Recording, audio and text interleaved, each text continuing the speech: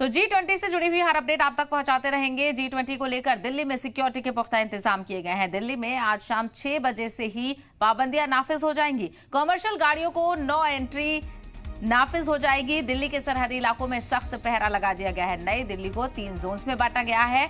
आप समझ लीजिए, कंट्रोल जोन 1 है, एक कंट्रोल जोन 2 है और रेस्ट्रिक्टेड जोन में भी बांटा गया है। तो रेस्ट्रिक्टेड जोन के हवाले से जहां पर किसी भी तरह की आमदरफ्त की कोई इजाजत नहीं होगी आम लोगों को, कंट्रोल जोन 1 है वो, कंट्रोल जोन 2 है और रेस्ट्रिक्टेड जोन 1 भी है। पूरी तरह से सील कर दिए हैं। जो रेस्ट्रिक्टेड जोन है उसमें किसी भी तरह की आमदरफ्त की इजाजत नहीं होगी। वो एरिया पूरी तरह से सील होगा। पुलिस का पहरा वहां पर होगा क्योंकि जो खास मेहमान हैं, जो बैरून मुल्क के मेहमान हैं, उनकी मूवमेंट ही वहां पर होगी। तो दिल्ली में वीआईपी मूवमेंट का तांता लगने वाला है। आज से इसकी शुरुआत हो रही है और 10 सितंबर तक ये जारी रहेगा, बल्कि 11 सितंबर तक मेहमानों की वापसी शुरू होगी और मेहमानों के पहुंचने का सिलसिला भी शुरू हो चुका है। और अगर आप भी प्लान कर रहे हैं 7 से लेकर 11 सितंबर तक नई दिल्ली के आसपास जाने का, तो एक बार ज़रा पुलिस की और दिल्ली की तमाम तर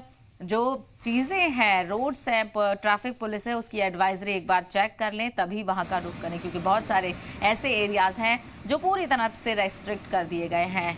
39 मेट्रो स्टेशन का ऐसा इंतखाब किया गया है जिनके 67 के करीब गेट्स बंद रहेंगे, पार्किंग्स बंद रहेंगी, ना आप वहां से एग्जिट कर पाएंगे, ना आप वहां से एंट्री कर पाएंगे।